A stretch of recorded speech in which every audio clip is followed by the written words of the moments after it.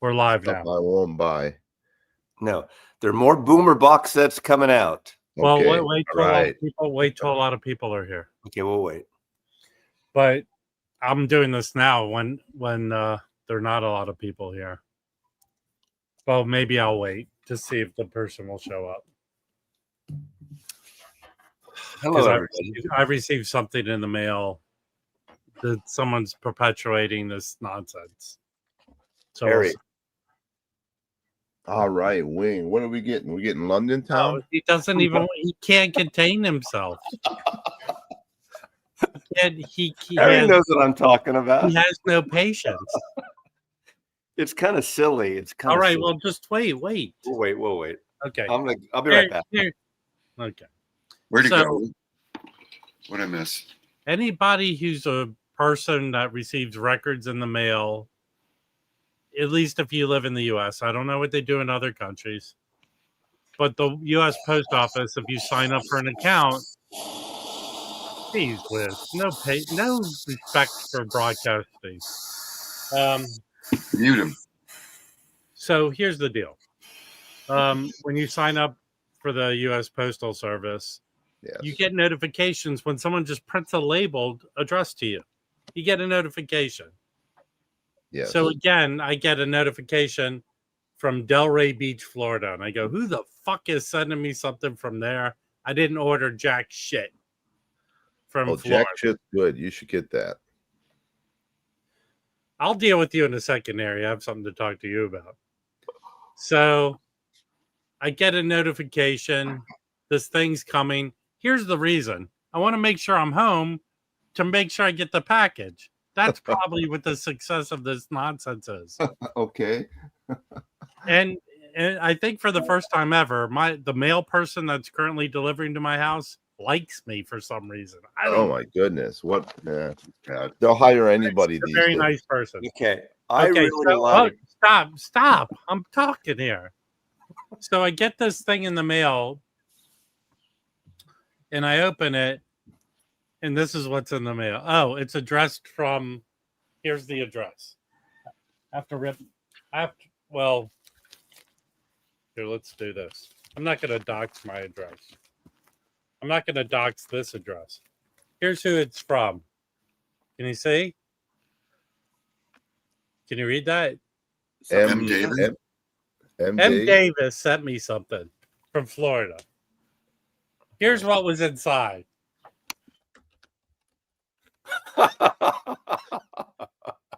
To Rob, remember the twins in Austin. Best regards, Mac. Very nice. Very nice. Who the fuck went to Florida to mail this?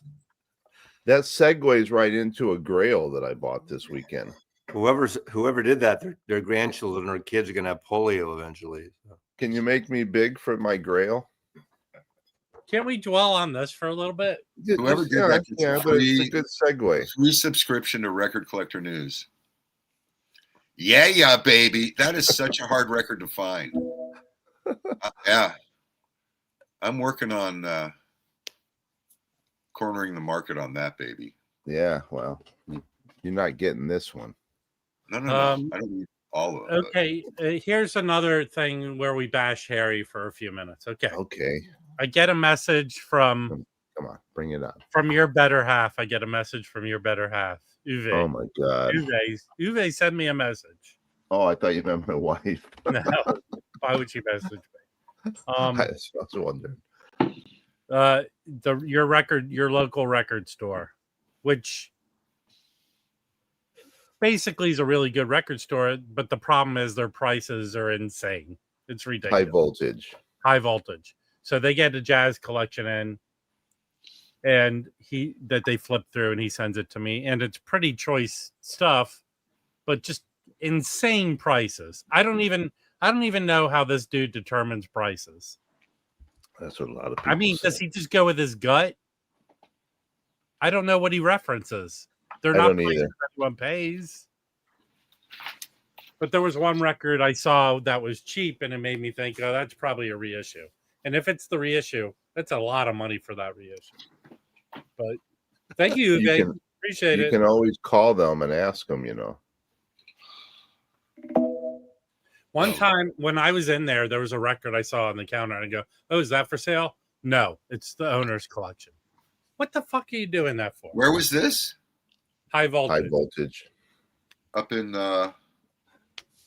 whatever. Yeah, and I talked to them about record collector news, and they would like to put an ad in there, but they'd like a full page free ad to distribute your magazine. Okay. We have those full page free ads that we offer for $800. But it's free, but it's just $800. Yeah. Every 5 minutes. I mean, Harry, I know they're in an area by themselves, sort of, but are they? I mean, do people consider them the best store in the area? Yeah, they're the biggest, and they're a bookstore too. Yeah, well, they added that recently. Yeah, during the pandemic. I'm going to show a few records if I can, a few Beatle records. Oh, geez. Go. I picked up some nice stuff this weekend. This is an original first pressing German. Well, it says Horzu. Yes. Yeah. Well, that's a series they did. And then let's see. This is another of the German pressings.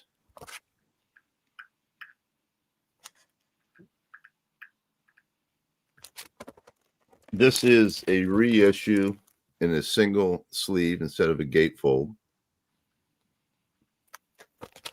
Another of the Odeon. And this is 1964, I think, original issue. Well, and then this was a gift to me from a local fellow collector. Double white album from Taiwan. But yeah, it's not I've come across those. They're like horrible bootlegs, right? Yeah, but you know, some of them actually don't sound bad, but I buy them just because of they're unique. Yeah, I had a Bob Dylan one, and it just didn't sound very good. Sergeant Peps. Yeah, you don't buy them for the sound. No. This was all at one store. This was at a store in Shelton, Washington. I love these early white label Odeons.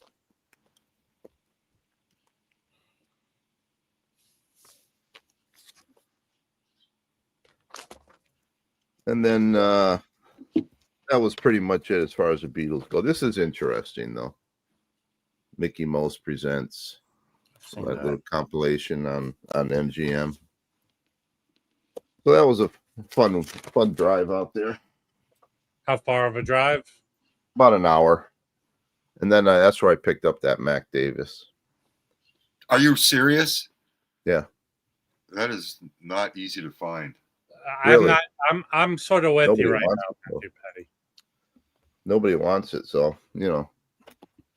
It was hard to find because it was filed under L, I think. There's all kinds of problems with people don't know what to do with that record. It's so, the power of it is stunning. Well, yeah, actually, hold on. I know one person who knows what to do with that record. Well, you got to have a plastic sleeve on it, though. I like them better without. I have a sealed one. Oh, you missed the joke completely, Jim. Yeah. Okay. Because it's not a joke with him. It's serious. It's life. Okay. We have 115 people here. Go, Mazzy. Go, Mazzy. You want the good news or the bad news first? Well, there's an announcement I think people have heard already. So okay, there's two announcements that happened today. One I haven't seen yet, but it supposedly happened 10 minutes ago, and I just posted a video of it. Coming out November 7th. These are boomer things, so stop bitching about it. Hold on. No, they're not boomer things, because I would like to see the 50 top money-making deceased celebrities, and this person is one of them. So it's not a boomer thing. It's not. No, well, I mean, they're boomer music. Anyway, I'm going to start Michael with Jackson. Okay. No. First of all, coming out November 7th is these are box sets. We're talking box sets or multiple disc seasons. Coming out November 7th from Sony Music. I don't have it. I did get the press release the other day, and the announcement is supposedly at 10 a.m. Eastern, so that's now. So if I jumped it, I got the press release saying I can say about it at 7. Jimi Hendrix. 5 LP, 4 CD. Oh, you know about that. You got it too then. Right in front of me. Bold as Love. Nice. Who So cares? it's Axis Bold as Love. Now the vinyl version is it's either 5 LPs and a Blu-ray or 4 CDs and a Blu-ray. The Blu-ray has the Atmos, if you're into Dolby Atmos mix, a brand new Dolby Atmos mix of the album. I assume obviously it's Atmos, so you're not going to get it's all 4-channel or 5-channel, whatever. On the records, you get the mono mix, you get a disc of the stereo mix, you get 2 discs of demos, outtakes, works in progress, instrumental guitar experimentations, and then there's a 5th disc of live from the BBC and from Sweden, a few places, and I think 28 of the songs are unreleased supposedly. Now, they keep putting this stuff out from Hendrix, so I don't know all the details. Well, a couple things. Is it Analog who mastered it? Did they put? I don't know about that. The last one's the Bernie Grumman did the mono mix of like now. Put out, but now, correct me if I'm wrong. Okay, it was my understanding the family controls a lot of this, yes, right? They curated with Eddie. What's his name? Kramer. Okay. It was my understanding that they chose Chad to press all their records. Yeah, I don't know if that's still happening. I don't know if that was a deal for a while. I don't know if it's still happening or not. Because some of the best cheap heat you can get are those reissues that Chad pressed. Yeah, exactly. Excellent. Yeah. And they're cheap. And they keep them in print. Yeah, they do. So I don't know how, a box set of this period, it's interesting. Now, Mazzy calls this a boomer thing. He is one of the top selling dead celebrity musicians, I think. Is he? It's not a boomer thing. Okay. Leland's Leland got the update. He says, remastered Bernie Grumman. I'm glad. Okay. Thank you, Leland. I didn't get that information with my press release. See, they're Leland, where are they pressed at, Leland? Who's pressing them? We don't know. Well, if Chad's pressing them, I'm curious. Yeah, Hendrix sells. Anyway, it's a good thing. Now, the other news. How much is this box? It's only $142. Yeah, he's overrated. Is it overrated? No, it's only $142. Look, okay. He only put out 3 studio albums. Whatever you think of me, people, I have this. I have Hendrix albums. I like Hendrix. Does that change your view of me? Yeah, so it's not a boomer, boomer thing. Everyone discovers them. One of the best guitarists ever. But you know what I'm talking about. All the box sets. I mean, it's a boomer band, boomer artist. Period. That's all I'm talking about. I agree with Mazzy. There's definitely people beyond boomers who like Jimi Hendrix. When did he truly come on the scene as a star? 67, 68. Then that's not boomer. That's not boomer. Well, yeah, but how old were you in 67? -1. Exactly. That's my point. But when did Gen X start? When they got to be old enough to buy records. How old? No, I'm letting you know, people, that 10 years after he was made a big star, I was 9. I knew who he was. Yeah. He had about 30 years. That's not the point. He was not for about 30 years.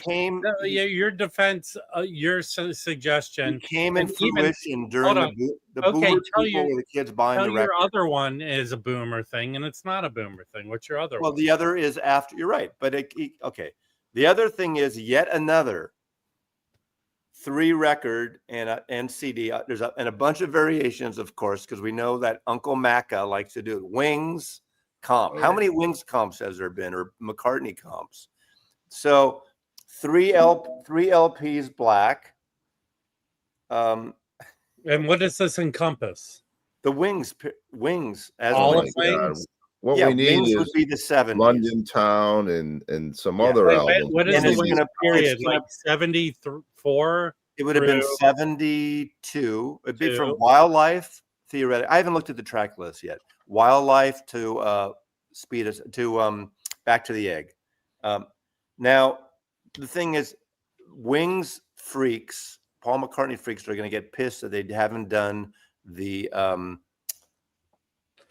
Okay, it's not another fucking Oasis record, Josh. Okay, but Oasis took everything from this guy. So anything you hear in Oasis was done before with Wings and McCartney and the Beatles.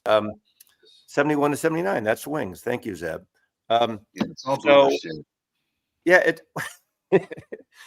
the freaks are going to be upset, rightly so, because they should have finished off with London Town and Back to the Egg, the archive series, which they haven't done yet. So this is yet another stopgap. This is being tied in, obviously, with the documentary on Wings, McCartney, that's going to come out. So there's also a colored vinyl version. There's also, by the way, go back. Go back. That's ugly. I'm sorry. That is ugly. I haven't seen it close up. I'm not gonna. No, I'm telling you right now. Okay. Whoever put that together, Tom Single record. That like fell out of the Paul ugly does the worst cover art. Single he CD. He just wants to be so artsy fartsy, and it looks like shit. That is double not CD. What do you call when you're single walking CD? Tons of merch. There you go. I could have done that with AI. Hey, Mazzy, someone has a question. Okay. What's the question? Anyone seen? I know nothing. Hey, I haven't seen it. Leland, where did you see this? Where did you see that? Leland, send a link. Where did you see this? I can't talk about that.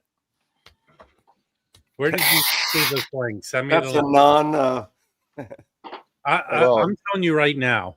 You say it all when you say nothing. Whoever approved that Wings box set artwork should be smuggled out of this country by ICE. Okay? Yes. Interesting. Okay. Hey, listen. I asked you to do one thing. You can't even do it.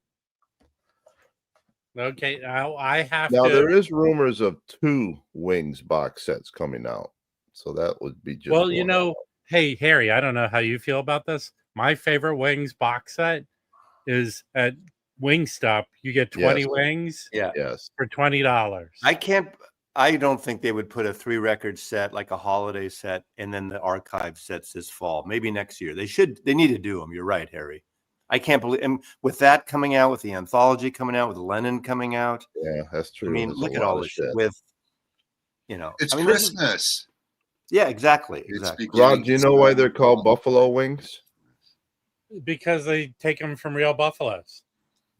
It originated in Buffalo, New York. Harry, do you know where I was born? There once was a lady from Regina. No. I came out of a Regina. I was born in Buffalo, New York. I know all. Were you really? Buffalo, yes.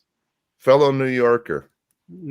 I was born in Buffalo, New York, and my parents had the best sense in the world after my 2 older brothers were born there to leave when I was 1 year old. So I was born there and left it when I was 1. All right, I'm trying to find this thing. Okay, Leland's got a link here. All right. Thank you, Leland. Now, was that so hard? Was that hard? Leland needs to do his own show. No, Leland, it wasn't not Rhino Hi-Fi 50th. Well, that was the Fleetwood Mac. That was the 50th. But something else is coming on the 50th, not from Rhino. That's announced Friday, whatever the other thing is. I clicked on that link, dude. And all that's there is talking about Pompeii. They have Roger Waters. I only see Pompeii things on the Pink Floyd. Yeah, dude, you're bad at this, Leland. Let us professionals do it. Wow. I don't know. The thing I'm most excited about is the Electric Nebraska. Yeah. Yeah. Well, Much more man, than the Lost what a Tracks. horrible Dude. life you have if that's what you're excited about. Oh, No, man, this has been rumored for 30 years, Rob. And he didn't even know he had it until recently. I find that hard to believe. No, but you forget you do things. You do so much stuff over 50 years. I mean, Harry, everyone in the bio community, you included, should not be excited about anything from Nebraska. Anything. I like corn. I'm a big fan of corn. If you didn't get that, amazing. If you didn't get that, I feel sorry for you. And one of the dimmest bulbs in the basket is right here, and he got it. Thank you, Ark.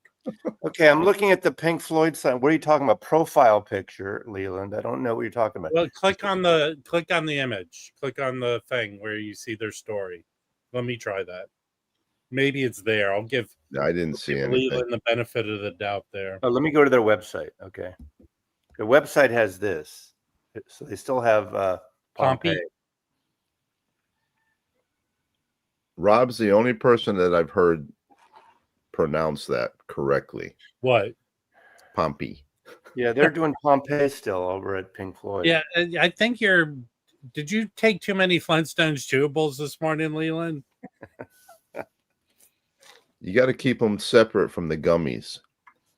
Hey, can I just say something? Leland lives in Arizona. It's 500 degrees, and his brain obviously was baked. Black outer page. All right. Well, the circle is black. Okay, it's an inner sleeve for every Rhino record. Now here's a question for the world at large. Uh-oh. Bye-bye.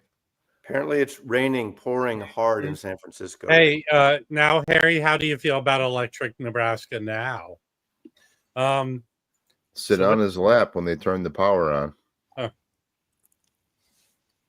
Hey, okay, is this your first time here? I don't know who you are. And the only person who's getting a boner is Harry by this, I think. No, there's a big monkey audience. Your friend, there's a lot. Yeah. So here's some news. Yes. Moby Grape news. His wife, his widow, was at Captain Jack's Sunday night. She's working with Sundays to reissue the Moby Grape titles. They've got. Didn't they already do some? They got, as soon as they reissued them last time, Matthew Katz cease and desist. Katz to cease and desist. I bought him all the CDs and the vinyl, but then he pulled them. He sues. He owned the name for years. He said he owned the artwork because he lost the rights to the music. So then he sued because he said he owned the artwork. So he pulled them. So but they are working with Sunday. And I told him, I said, you should talk to Omnivore and you should talk to Chad because she says they got tapes. So send them to Omnivore. That's what I told her. I said, Sundays is. I think I could have put her in touch with them. Well, I told her that, so you may be hearing from us. They have a history with Sundays. Well, put her in touch with me, and I'll put her in touch with my friend. Yeah, but she did say that she has an agent who's talking to Sundays. That's because Sundays will be better than Sundays. This is what Leland sent me, Mazzy. That picture. Yeah. Okay. Well, maybe. So this sparked something in my brain about Sony, the one major label that really has not participated as a label in this whole, at least as long as I've been heavily collecting, is Sony. It doesn't seem like they've been putting out stuff like the other labels have. You mean in terms of the analog thing? Analog or just. No, they do a lot of reissues. They do a lot of reissues. They were relying on other labels to reissue their stuff. Chad, Mobile Fidelity. And you're talking about analog versions of it. Well, no, I don't know what they're. I don't know what their relationship is with music on vinyl. It was my understanding that they Well, own. when they did CDs, they did their own. But music on vinyl puts out a lot of Sony stuff, and people seem to be happy with it. I don't know if it's digital or what. It was my understanding that they, sorry, man.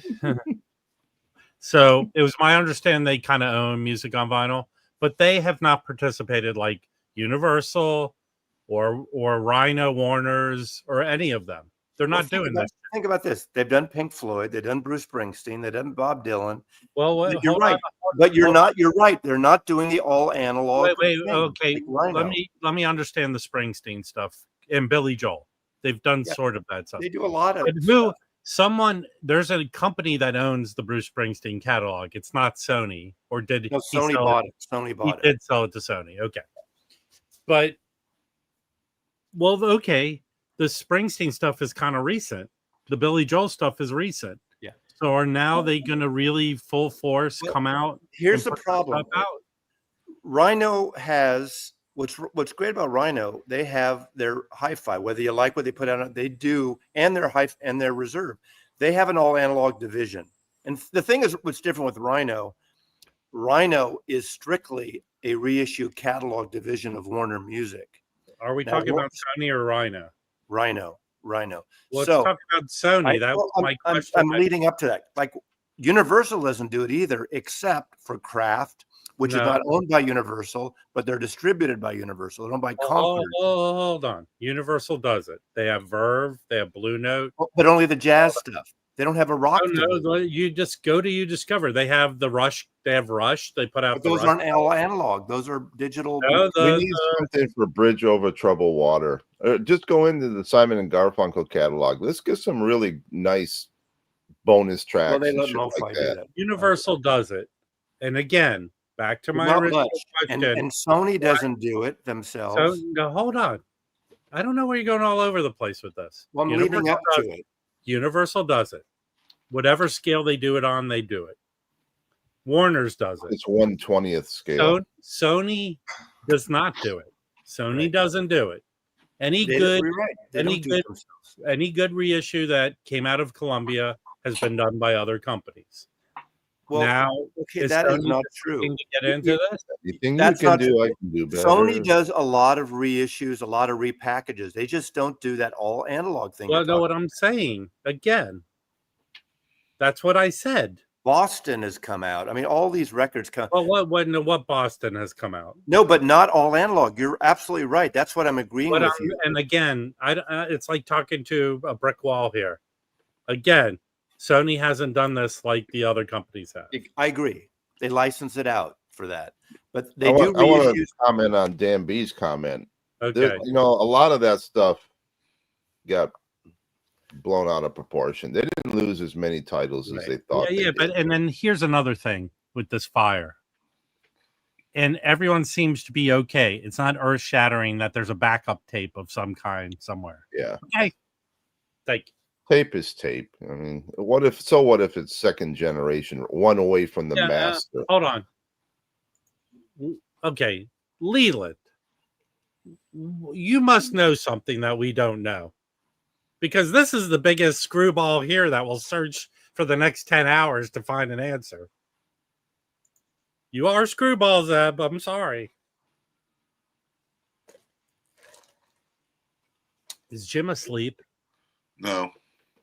Does he sleep with his eyes open? Sony doesn't do work with any of the high-end reissue people. I don't think Sony wants to be in the physical market. Actually, Jim, they do. Music on vinyl. No, Mobile Fidelity.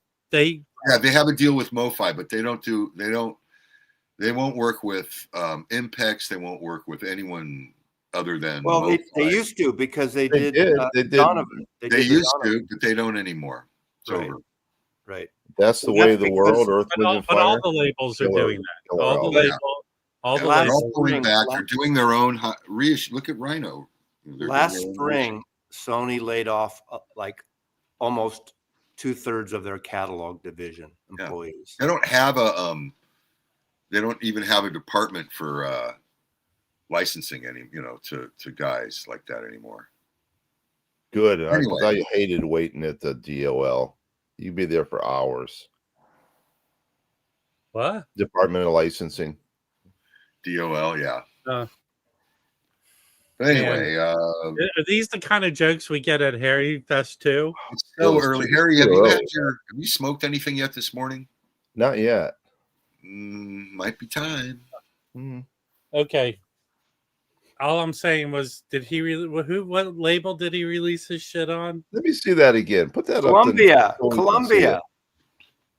He's a Columbia artist. Okay, I'm going to tell you something. All right, this is a little portal into my life. Sent to Jim. Okay, can you guys kind of correct me? Mac Davis had a variety show, right? How long did that in the 70s? 6 weeks. Okay, as a little kid, I remember it very well. It was like burned into my brain. I bet you do. Here's what I remember. I remember Mac Davis had one. Bobby Goldsboro had one, didn't he? How long did that go for? The best one was Dean Martin and the Gold Diggers. Oh, yeah. I love that. That's a boomer shit, Harry.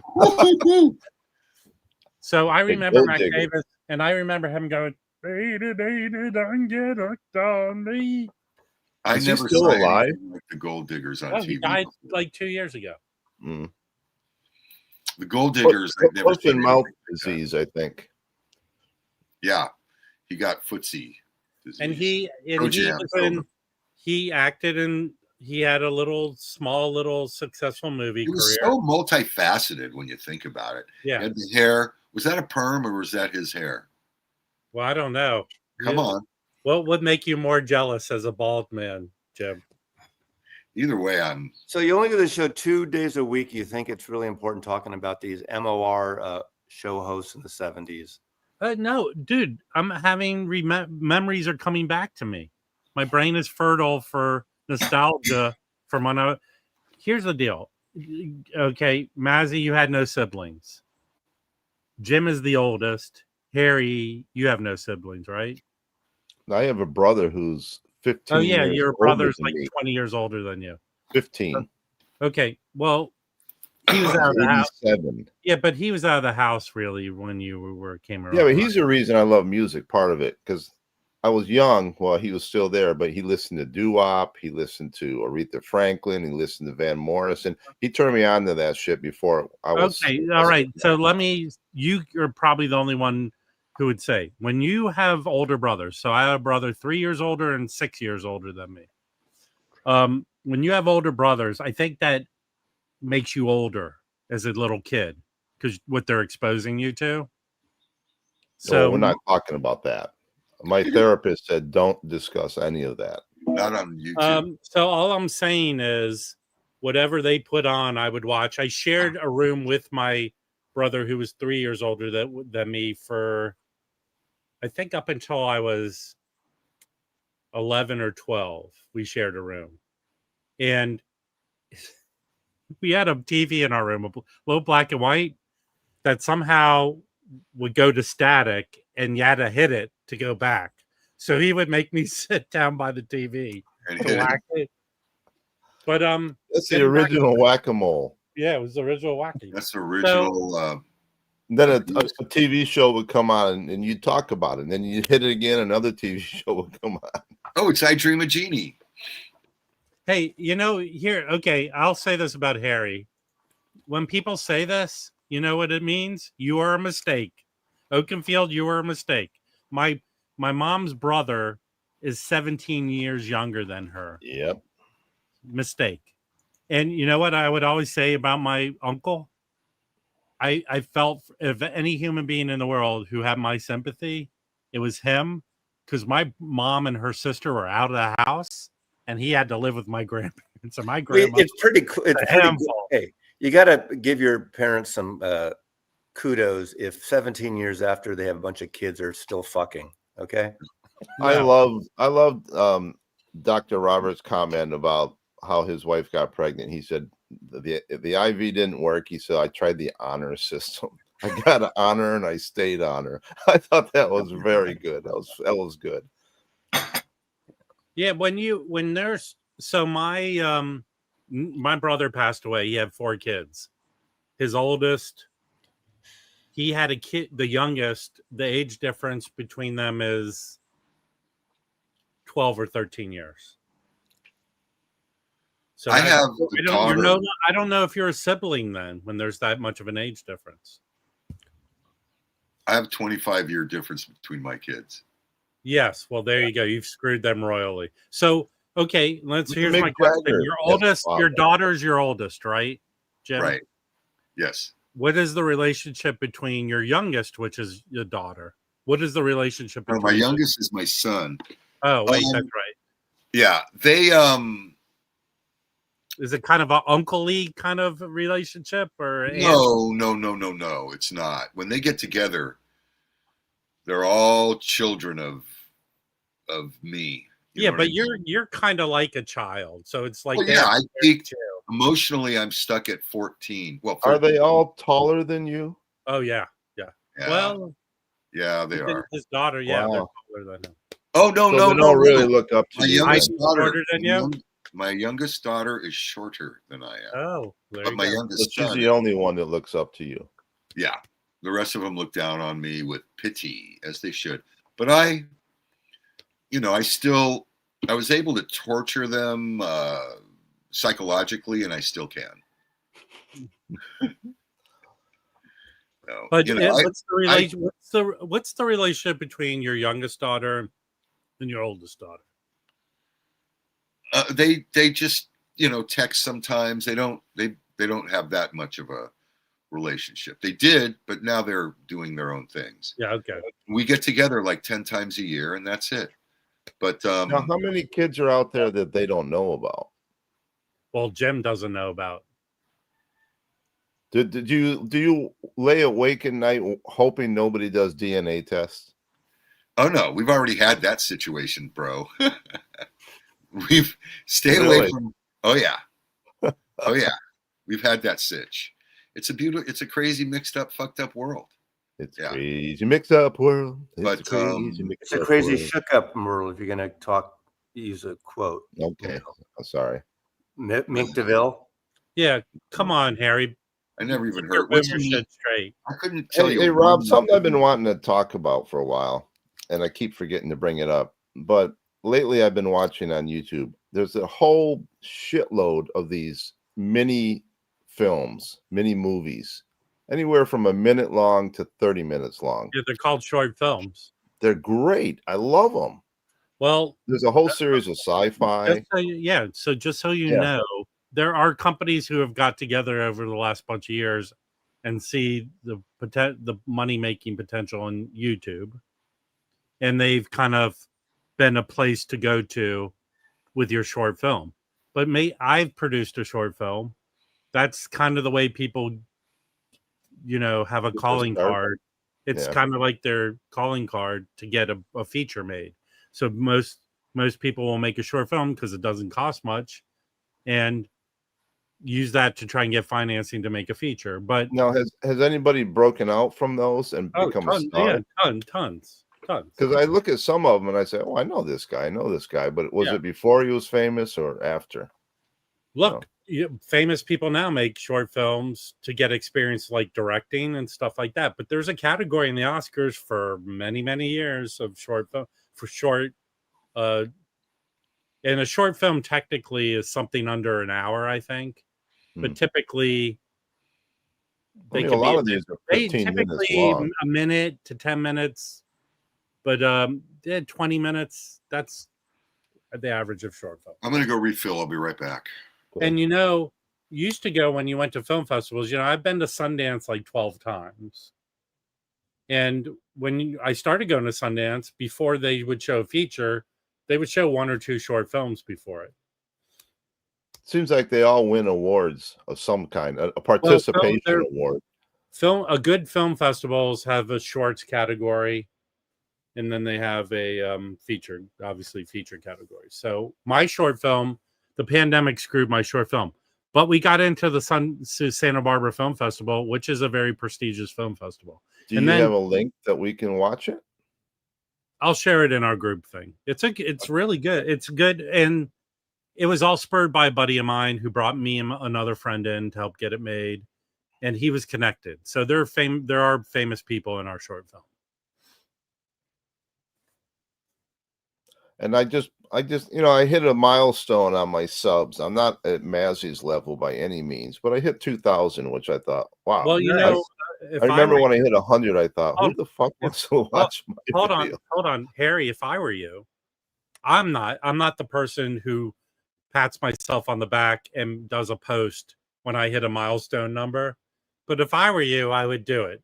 But if you do, thank everyone for supporting you. Don't add in that post a bunch of negative shit, like bashing people. So if I could use my experience as a human being on the planet Earth, when you hit a milestone and you think it's the best thing since sliced bread, and you want to thank everyone for hitting a low milestone, such a tiny milestone, don't add to that comment all the people you hate. Why? Who would do that? Someone who has no self-confidence about themselves or respect of themselves and others. Thank you. But Harry, if I were you, I would thank the community at large for letting. I just want to thank everybody who's watching. So such a low. I don't know why they do, but thank you. Oh, Big Ian has something to say. Hi, everyone. I want to say very good morning to Mazzy. This is the start of a new phase of our relationship. What relationship? Thank you. I don't know what's going on there because I've never dumped on or said anything bad about Ian until he started bitching about me. But Big Ian bitches. He's the original bitcher about things. The lone bellow. Hey, hold on 1 second. Bill's Basement, I saw you went to the football game the other night. Did you enjoy yourself? That was a big comeback game. Huh? That was a hell of a comeback. Yeah, I'd like to thank the Academy. I like the Tractor. I like going to the Tractor Tavern, actually. Oh, big news. I think big news. In San Francisco, the Mabuhay Gardens is reopening as a way music venue. What is that? I don't know that. The Fab Mab, one of the most famous punk clubs. Is that a boomer thing? The Mabuhay Gardens, former Filipino restaurant, became like it's the CBGBs of San Francisco. It became the punk club, like Madame Wong's in LA and all over. And it's reopening. It's on Broadway in North Beach, and Kelly Stoltz is playing coming up in a few weeks in October. Everybody sub up Ivan so we can get them over 1,200. Yeah, obviously not going to be just punk bands, but it's opening up as a I don't know what kind of who's booking it. Hold on. Listen, Bill's Basement. I only can take it so far. No, Bill's. Hold on 1 second. If Yvonne, if we can get you over 1,200 subs, will you do a post thanking all the people to help you reach that milestone? But please do not add a negative comment onto your post bashing all the people. Put your link to your site in here. Who's the guy? His name was Ron. But like every 6 months, he would come up with a new name for his channel and lose everybody that he had subbed and start all over. You guys remember him? Not by the name Ron. Maybe that's why. I think it was Captain Ron at one time, but a good guy. He seemed like a nice enough guy. He was always on Rachel's stream. But I looked the other day and I saw he popped up with another new channel. Yeah, I don't understand. Thanks, Dana. Okay. Mr. Mayo, if you're watching, Mr. Mayo, you don't watch this show. Mr. Mayo has like 3 channels, and he keeps telling people, "Go watch this channel for my movies." Well, I have 3 channels. Just do one fucking channel and have playlists. And I like Mayo. Well, Ron in Florida. Hey, Kimbo, are you still doing the thing today? Let me know. Well, Robert Z would hey, Melinda. What thing are you doing today? Hey, Melinda, I sent you an email. At some point, check it. No rush. Something to think about for October. Melinda. Morning, Melinda. Hey, I heard that Melinda's changing the name of her channel to Melinda the Murph Murphy. Don't laugh. Don't encourage him, Ron. How about Melinda Murphy's Gear? Sorry. Fab Gear. Actually, Melinda's starting a sister channel where she works on cars. It's going to be good, people. Let me tell you. Kimbo, are you coming here at 12:30? Is that it? Just text me. Mazzy, I've told you this a lot of times. This is not your personal Well, dating he site just or posted whatever. something. Just text me. Just text me. You can text him too. Let me know if you still want that Beatles stuff. Hey, listen, Herc, do you want me to build a fund for those speakers? You want me to get some ice cream? Hey, I heard the rumor is Bill's Basement is starting another channel called Bill's Balcony. I like that Rocky guitar you got there, Bill, in your picture. You know, there is, she probably doesn't know this because my guess is Melinda doesn't watch Woody Allen movies, but Woody Allen made a movie years ago in the 80s, maybe, or early 90s called Melinda. And it's about a woman with split personalities. I don't think that's the name of it. Well, I'm the Woody Allen. Oh, I'm going to talk about that in a second. Hold on a second. Let's see. That doesn't sound like it's right. Melinda. Isn't it? Yeah, that's it. It's Melinda. Well, there you go. All right, Will Ferrell's in it. Yeah. Now I watched. Will Ferrell's in it? Wow. Yeah, I watched. I've been really kind of not into Bill Maher lately. He's kind of smarmy, but he interrupted a little bit like I do in my interviews. But he did a good hour-and-a-half interview with Woody Allen, Woody Allen hasn't really talked in a while. Woody Allen is about to turn 90. And it was really revealing. Woody Allen talked about everything at the end. They talked about the whole bullshit about, I won't get into the usual, the thing that happened 30, they've been married 30 years. Okay. Happily married. They have dinner together every night, everything. But he talked about, making movies and the stuff that went on, obviously a little bit of Me Too, but mostly about art and movies. And, it's a really good interview, low key, and Woody is funny as hell. Even leave Loki out of this, okay? You say his name 3 times and he appears. Yeah, Woody is definitely not in the Epstein files. I mean, compared to So here's the deal with Woody Allen. Whatever way, for the majority of his movies that he made out 80s through the 2000s, he had 2 different groups of financing. And he would make 1 movie a year, and the only thing he would agree to promote it, he didn't want to do junkets where different people would come in and interview him. So he would do a series of live interviews following a Q&A. Right. So I've seen a couple of them where one of the better movies he did, remember that heist movie he did where? Yeah, the one with the British actor from 4 Weddings and a Funeral, Hugh Grant. And he did a nice movie with Hugh Grant. Elaine May is in it. Yeah, that was a pretty good movie. That's a good movie. So he had Match Point is a great movie, and Midnight in Paris, and I mean, well, he would go from serious movie to Deconstructing Harry. Yeah, well, they talk about that because Maher says that's his favorite Woody Allen movie. Maher says that they talk about that movie, and Maher says, "Yeah, that's the only one movie I remember you saying fuck and cunt in it." And he goes, "I said that." He goes, he says, but you know what the working title for that movie was? The worst, something like The Worst Man in the World or something like that. Well, the I would say over the last 30 years, maybe longer than 30, the best thing he ever did was his segment in New York Stories. Yeah, that probably, to me, was okay. That's with his mother, saws his mother in half. The mother goes into the sky. Yeah. Anyway, I'm a big fan of Woody Allen, and based on everything, I don't want to litigate it here, but I'm going to for a minute. He got a raw deal because they checked that out. He never had any history with any other woman, young girl, anyone. He was with his daughter 15 minutes when he had a party at his house, and no one else knows anything. No one else said anything. I think the stupidest thing he did was hook up with his girlfriend's of age adopted daughter. Okay, but they're married 30 years now. But the thing is, everything was settled.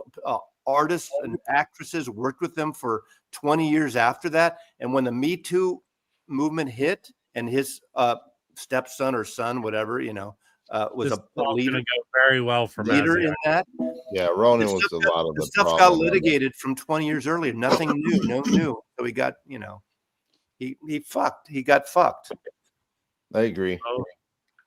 What's not moral about it? I mean, Woody Allen's big mistake compared to what going on with what Trump's done, with 50 look, women standing in line saying that I don't have no side on any. Mia Farrow was just pissed off. That's all. Yeah, she was cuckoo for Cocoa Puffs. She adopted 8. Wait. Can I ask a question? Can I ask a question? You just did. How old was she when she hooked up with Frank Sinatra? Oh, like very young. Younger than Spoon Lee was. Mia Farrow like a teen model? No, she was a young actress. But everybody bitches about that, but yet Jimmy Page can date a 14-year-old, and everybody's like, "Oh, he's a god." Yeah. Nobody complains about Page and Plant. Look at this. You could talk about any rock star, and they took a girl across. They put her on a plane and flew her to New York. Out of Texas or something. Did you see how about the Rolling Stones? You ever see that? What is it? Cocksucker's Ball. Cocksucker Blues. There's a fucking rape during, how's that related to what we were talking about? I'm just saying. Some people get a pass and some people don't get a pass. Back then, the rock stars just did whatever they wanted to do. Anyway, it's on YouTube. It's on YouTube. The interview with Bill Maher and Woody Allen. If you have any interest in Woody, hey, Dr. Robert. Actually, the one before that, he had Barbara Eden, who's like 94 and totally with it. That's a good one. I watched some of that. I see that Trump is going to be going to Walmart today. Awesome. See, her little girl's pants are 50% off. Oh God, no. Or half off. Oh God. You know what, Harry? Keep your boomer jokes away from the stream, please.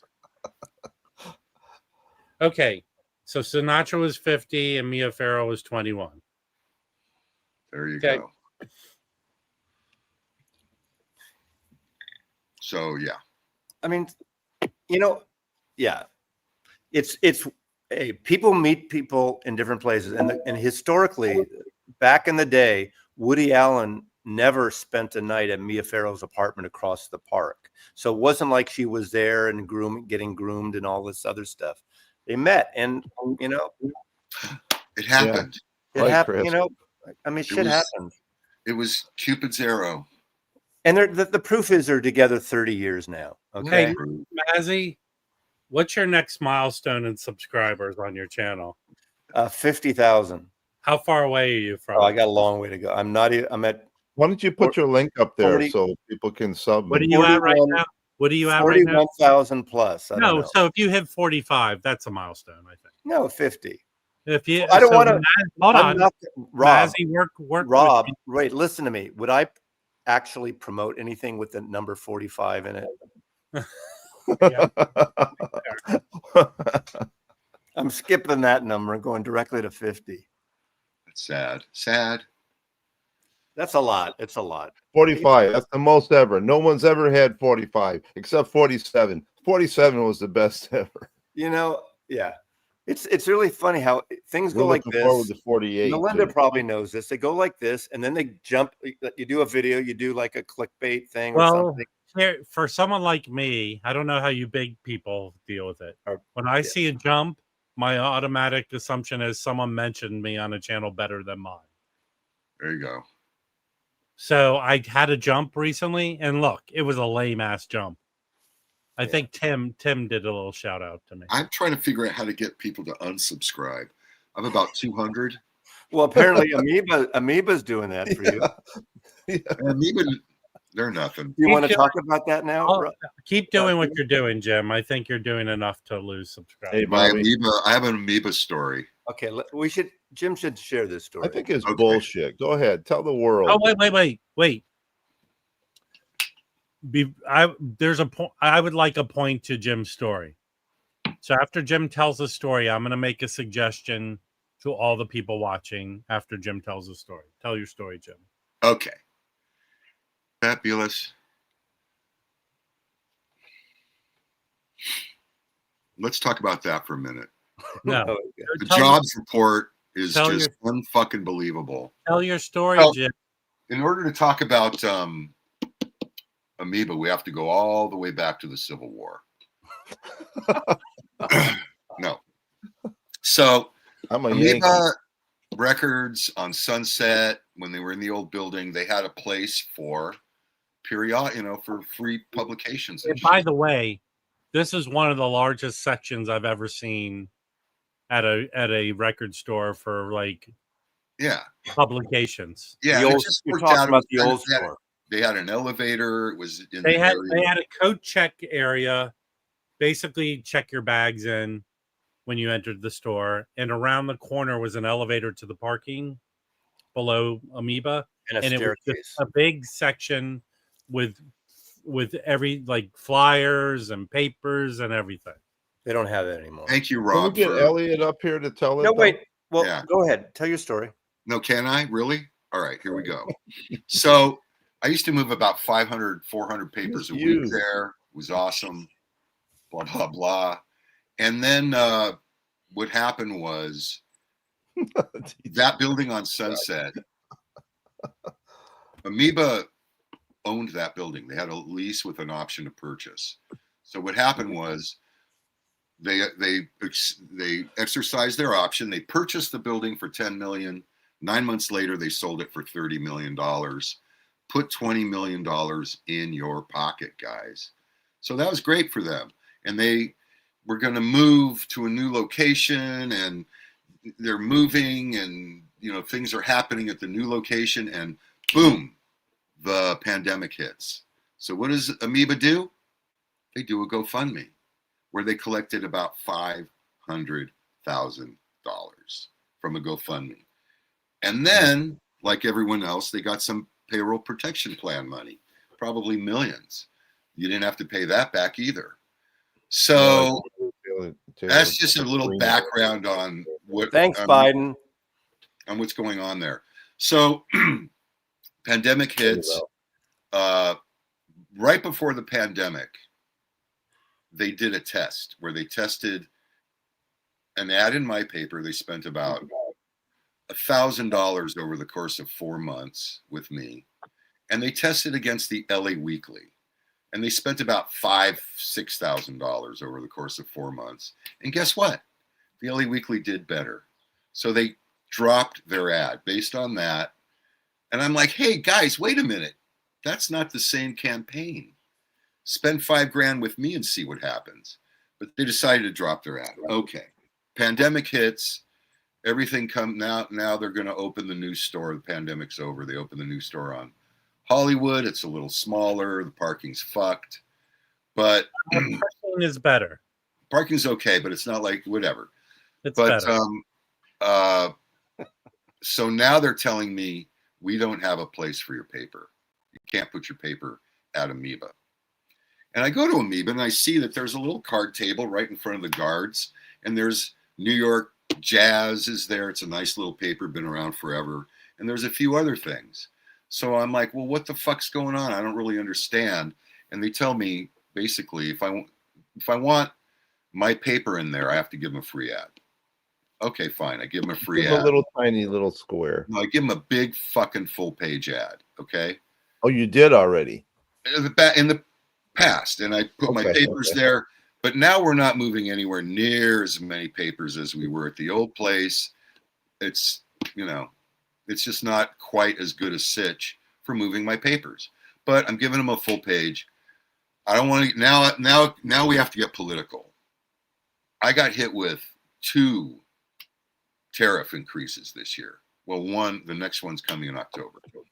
So I can't give them a full page anymore. It's just costing me too much money. It's not worth it. We have a conversation. I can't give you a full page. I can maybe give you something smaller. Click. I got hung up on. Wow. So I was like, fuck it. I put my new paper there anyway, which is awesome. It's a great paper. Look at this cover. If you haven't seen it yet, You've shown it. This cover was done by John Van Hammersveld, very famous artist. Anyway, so I dropped off 5 bundles. Thank you, sir. I dropped off 5 bundles on Friday. Anyway, fuck them. And I got an email. Didn't say get your fucking papers out, but here it is. We just had a boatload of the new issues delivered to the store, but we no longer have space available to feature them. We need the space for other promotional partnerships and marketing programs. Do you want to arrange pickup? So you won't be able to find record collector news at Amoeba. They're not part of the thing. And I think I know why. This is me just saying why. What does Amoeba want? I think, what does Amoeba want? There's 100 record stores in here advertising. Why would Amoeba want this information with 100 of their competitors in their store? That's the only thing I can think of. They look at it as like a zero-sum game where, well, the other freebies have other stores in there. No. The only other the Jazz doesn't in there is New York Jazz, which just has jazz clubs in New York City. Maybe they don't like that you've got Record Safari on the front page. Maybe. I just think they think of it. And by the way, if they're watching, Record Safari is a much superior store than Amoeba. Well, it's a different type of store. Different store. If you want new stuff, you can't get it at Safari. Well, here's my plea to everybody out there. Safari has new stuff. If you have an opportunity to go into Amoeba, when you get to the register to pay, ask them, where's record collector news? Yeah, okay. Well, hold on. That was going to be my end to your story. Okay, that's what I want everyone to do. Everyone, can you send an email to Amoeba? No, not an email. Do it in person. You got to go in there and say, hey, where do you? I need to pick up a copy of the latest. Yeah, but hold on. Did you move it? It is so chaotic there at times, and there could be 7 or 8 people at the register. No one's going to remember, hey, people asked me. No, they will not. The guy that checks your bag. The guys that check your bag. You know what? Okay, the world we live in today, I'm going to give you 2 options. Word of mouth, going to the store and saying something, or an email campaign. Okay, and here's another thing, Jim, while you're wrong. See all the people in the peanut gallery? They don't live here in LA. Right. So they can't go into Amoeba and... Right. So if they send an email from the middle of nowhere, it will mean nothing to Amoeba. What means something to Amoeba is if they're customers. Okay, I'm going to help you out here. Here's another reason you're wrong, Jim. Okay. Amoeba has an online site where many people order records from them online that don't live. It's a shitty website too. That don't live in San Francisco or Los Angeles. Again, we have 167 people watching. If I ask them to email Amoeba and say, why don't you carry record collector news in your stores anymore? That will mean more than your argument against not having the VinylCon guy up here because there's not enough people that live in LA. So I'm using your words against you. I'm using your own words, not mine. All you people email Amoeba. I went in there the other day to try and get record collector news. It was not there. So that's what all of you do. Please, listen, your email Amoeba. Please email Amoeba. But if you happen to go in there in person, say something to a human being that's behind the register. All right, I'm doing it right. One or 2 of those human beings says it to another human being, then it'll mean something. But please, it won't. Absolutely email. But if you happen to go there in person, say something. Just, email them and say, well, I'm going to go shop at a store that has it because I want to get it. So if you don't have it, you'll be my last stop. Just say, I'll spend all my money by the time I get to Don't Amoeba. put them down. Just ask. I'm going to share the email. Do you have it? All right. I'm being more constructive than Jim is right now. Have you ever tried to use their website to order a record or look for a record? Well, it's not as bad as Chad's site. That's Analog Productions is a terrible site. Oh, yeah. They need to update their site. All right. There's they have good products. I think they look at it as a zero-sum game. If it's good for other people, it's not good for them. So. Everybody, do Jim a favor. He comes up here every day, entertaining you. Email Amoeba. Yes, thank you, please. Is it the Amoeba? Well, okay. Here's the thing. The Amoeba in Berkeley just announced. Now, I don't know if they own their building, but they're building a apartment complex above it, and they're keeping that big art mural. So they're in the real estate market world, obviously. Yes, and then streetlight, both of those streetlights. And I'm Is in the Amoeba. McDonald's gone in San Francisco? I'm sorry? Is the McDonald's gone in San Francisco? Oh, yeah, there's a whole new like low middle income. I used to park in their parking lot. Well, you can park over in the Kezar lot. Yeah, I do that too. Yeah.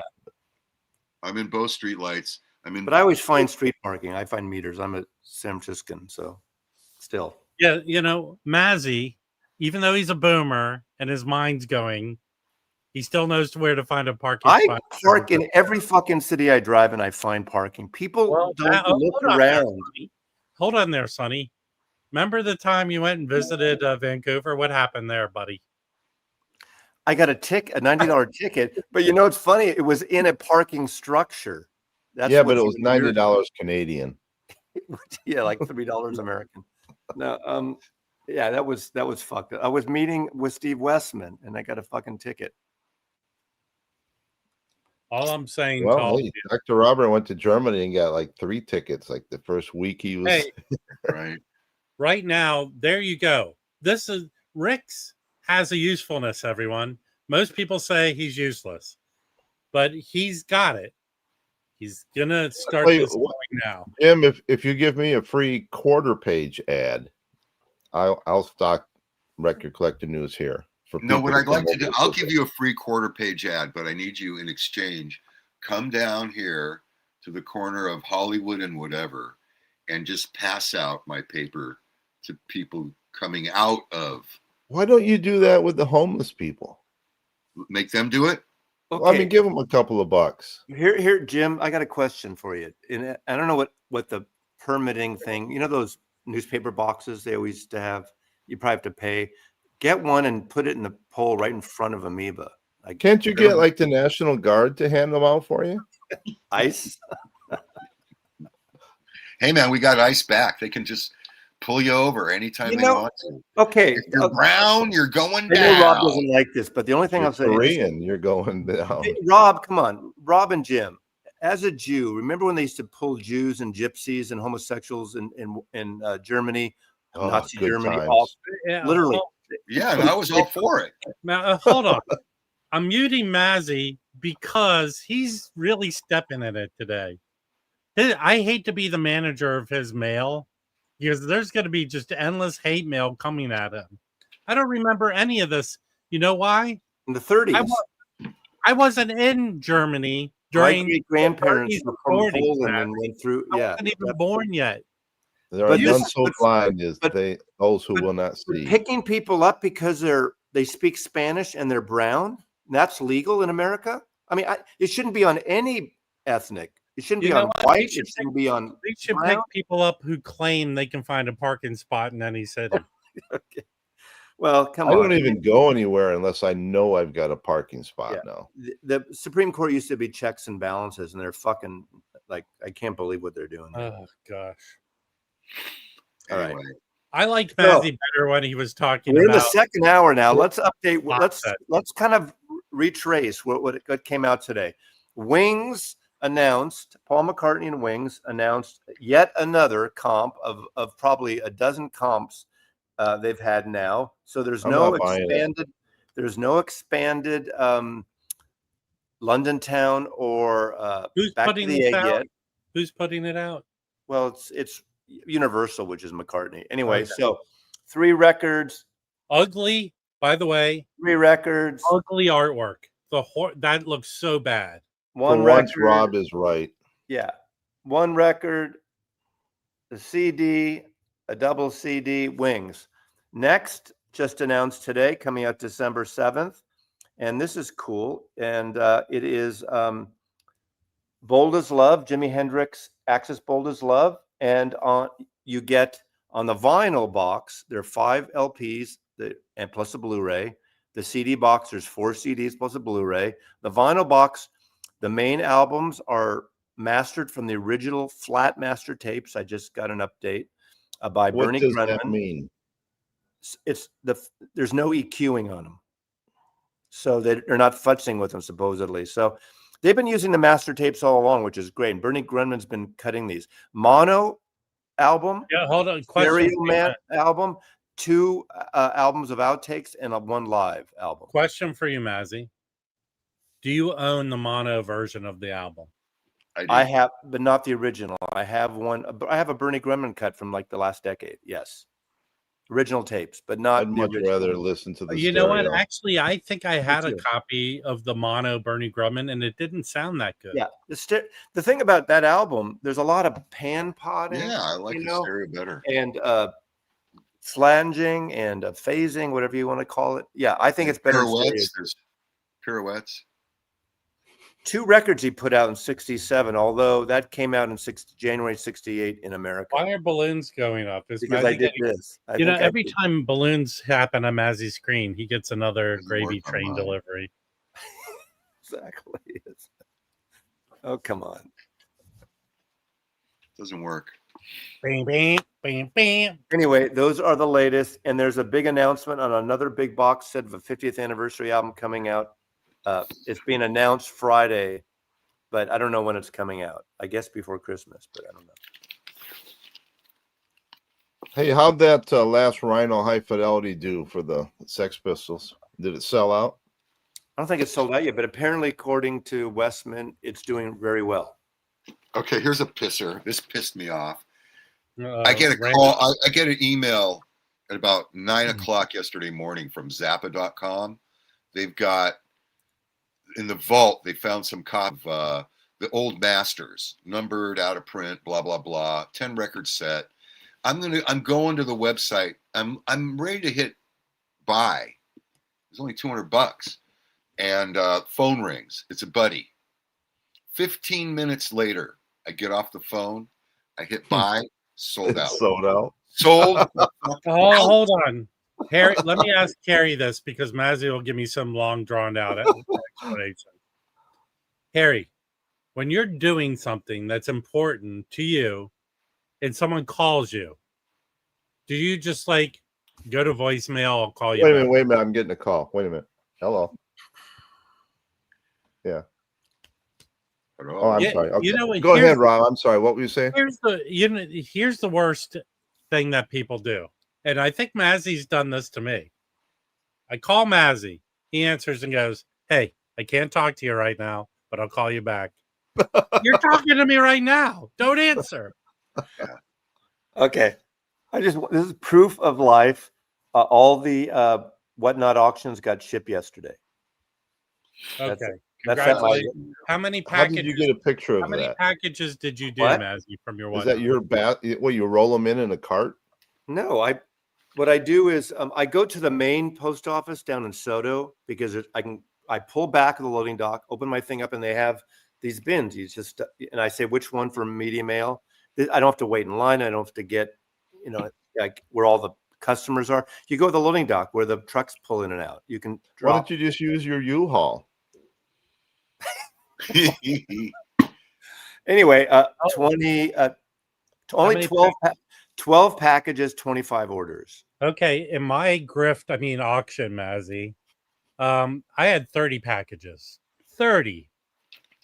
Okay, I just sent out 30. over. Okay, you want to tell me the dollar sales you had on those 30? It's not. It was. Listen. You can text it to me. Can I show some records? Yeah, but Mazzy, I didn't want to say this publicly, but I'm going to ask you directly, Mazzy. Okay. I did see a clip of you, and you were selling a box. Yes, I sold it. Right. But someone had commented that when it went for the price it went, you were like, yeah, like I said good price. It went for my minimum. You sighed a little bit. I can say what it is. It's the Bill Evans double 45 box. It sells now for $900 at Chad. You can still buy it. I got it as a trade for Coffee Dave, so I didn't pay for it. And when it was sold the time before, it sold for $600. So so I think, or But only actually less. but no, it doesn't matter about the specific. I got it for my minimum. Yeah, of course, of course. But you went no, but That's someone. the risk. Here's the funny thing, as he went. Oh. Yeah, but you know what? For some records, real fast. Better me selling it than it's a great set, as you know. But I have like the 33s more, and it's been sitting on my floor here. So why have it in my house? Oh, hold on! Before you show this record, Jim. Yeah. Anyone who knows Jim, can you call him right now, please? Yeah. That is great. That is great, Jim. Yeah, I picked this up used. It's really good. Really it's part of the box set. Yeah, but it came out of Record Store Day too. This is a Record Store Day. Okay. I have it. You know, Jim, that is the perfect example. That and the Pink Floyd Animals, where they changed the cover to black and white, sort of. Right. If you're going to do a remix or an alternate, don't use the same fucking cover. Change it, but you recognize what it is, but you know it's something different. That's what they should have done. Great job on that. That's what they should do with the Beatles record too. All the Beatles remixes should have an alternate cover, I think. And this is something I picked up. Good band. Do you like them? Oh, yeah. I love these guys. Yeah. And this is actually the last record I will ever purchase at Amoeba. At Amoeba. How did I know you were going to say that? And then I picked this. I think I ordered this on Amazon. This is fucking awesome. Pino Palladino and Blake Mills. That wasn't a dream. This is some killer shit, guys. Hey, great sounding, very moody, kind of just really good music. His first record, Notes with Attachments, is slightly better than this, but I like them both. But that's it. I went out distributing the papers this weekend, and I picked up 3 records. I picked up more than 3 records. Yeah, unfortunately, it did lead to me getting kicked out of Amoeba, but you deserved it. Yeah, I'll survive. Does anybody know this record, or did I show this yet? Yeah, you've shown it already. Okay, you did. Last Thursday you showed it. Okay, so I'll move on. I'm going to point something out to all of you. Any of you who wanted to come to LA and shop at Record Safari, you can do it because they have a Discogs, but also every Wednesday typically they do a web drop, and it's usually very desirable records, but maybe they're not in top flight condition. And actually it's really hard because they drop at 6 p.m. Pacific, and usually some people have figured out how to get these records really quick. And I'm trying to amass The Cure, all their records. Mostly it's US pressings, but they had this up there. A nice 1985 to head in the door, and I was able to just click on it and get it really quickly. I was very happy to pick this up from their website. And then when I went in there, he got this whole killer Blue Note collection he put out, but he did have a slightly the cover is not in the best condition, but the vinyl is really great. And this Jackie McLean One Step Beyond, it's a mono. And this thing goes for $250 to $300. And he sold this to me for like nothing. So I'm very happy, cleaned up very nicely. And got that. I picked up here's another record I want to make a point about. Yeah, it's a nice Cure. I mean, I have a few UKs, but the US ones to me are fine. So I picked this up. This is a reissue of Rollins Plays for Bird, an alternative cover. And it says, again, with these electronically remastered for stereo. I don't hear stereo on this. And what makes me challenge this is it's Van Gelder and the Dead Wax. So I know in the original of this, it's RVG. So I assume he remastered this for this release. And I don't know if he was a fan of channeling for stereo. Does anyone know this? But it doesn't. Again, I've had a few of these. They don't sound stereo to me. They don't sound panned or whatever. Sounds mono, which originally was Where's that. Jim? Where's Jim? He ran outside to scream at the sky. What? Someone just knocked at my door and told me I can't have this on my counter. Oh, there. Yeah. Get rid of it. Mazzy shtick is some of the worst shtick there is. Oh, I did pick this up. This Japanese pressing of the Magnificent Thad Jones Volume 3. Nice. And this is excellent. Nice. And I'll tell you, I picked up a lot, but I'm not going to show everything. But I'll end on this one. So I picked up. I don't have a lot of John Scofield stuff. This album with him and Steve Swallow and Adam Nussbaum on Enja called Shinola. It's a live record. It's excellent. This is good. The last song in it, he's like playing metal guitar or hard rock guitar on this. This is a good record, guys. If you see it, Shinola, grab it. There you go. That's the end of it. Do they do Shine on Harvest Moon on that one? Shit. No, there's a song on the back here, and I'll show it to prove it to you. It's called Fuck You, Harry. It's right here. You know what? If she had a middle finger, she'd be putting it up right now. Did you discuss the Sabrina Carpenter Safari record? Well, yeah, here's the thing. Last Thursday, they said we're not opening until noon. So that was the reason they opened late. And Vinyl Piper went by there afterwards and saw Nardwuar coming out of the store. Or you saw him there. Is that a whale with that big horn? What are you talking about? Hey, Uwe, because you're the only one who's reasonably close to Harry. Can you go in there and drag him out of the house? Oh, man, you kids.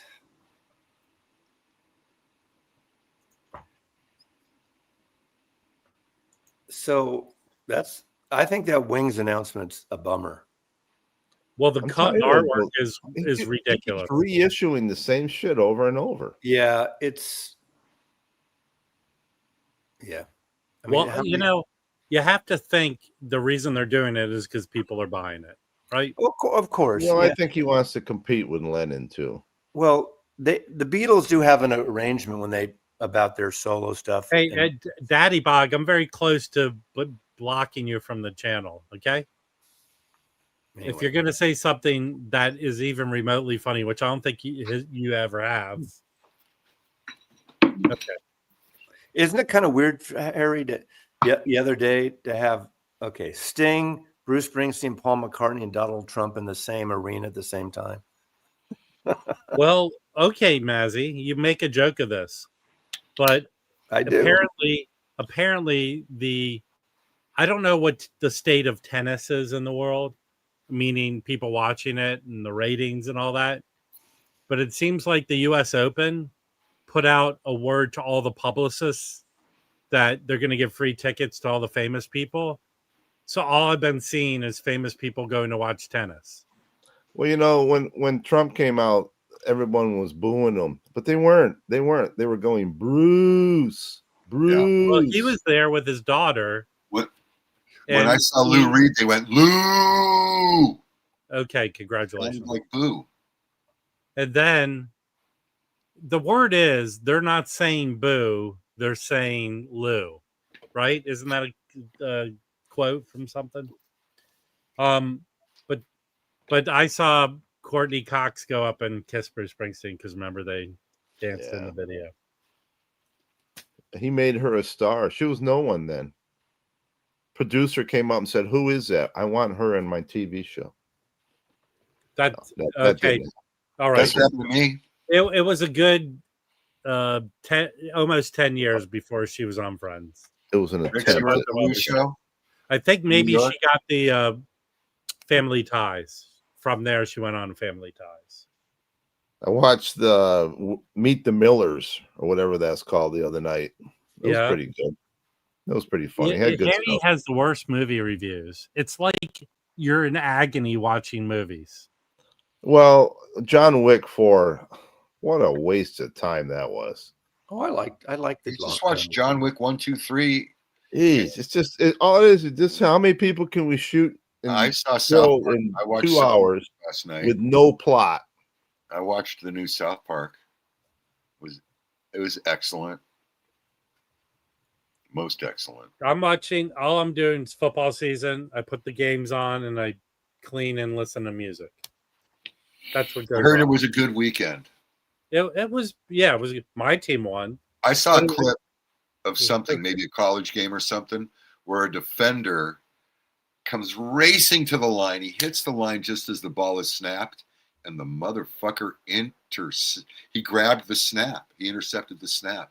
Wow. And took off running. God, it was a play. If you watch the Ravens games, which they fell apart and lost that game, the Ravens, the receiver made a one-handed catch, which was amazing. That was the most amazing thing I saw this weekend. I thought that Mahomes did a bullshit move, though, when the defender let up because he thought he was going to run out of bounds, and then Mahomes just nailed him. And that's like, oh, okay, you're going to get it next time. That's a bullshit move. Again, a person comes here every time and just makes the wrong comment.